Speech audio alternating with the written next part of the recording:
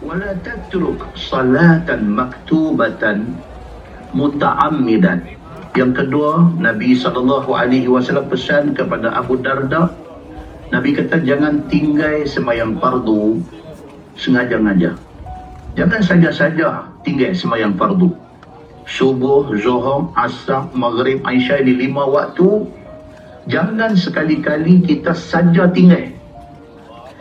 Nabi kata faman tarakaha muta'ammidan faqad bari'at minhu dhimmah. Nabi kata siapa yang tinggal sembahyang sengaja tinggal, Allah Subhanahu wa taala bari'at minhu, lepas tangan, Allah tidak pelihara dia.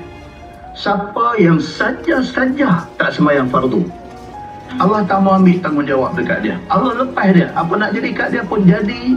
Allah will never protect dia dengan kadar dia saja tinggal sembahyang fardu.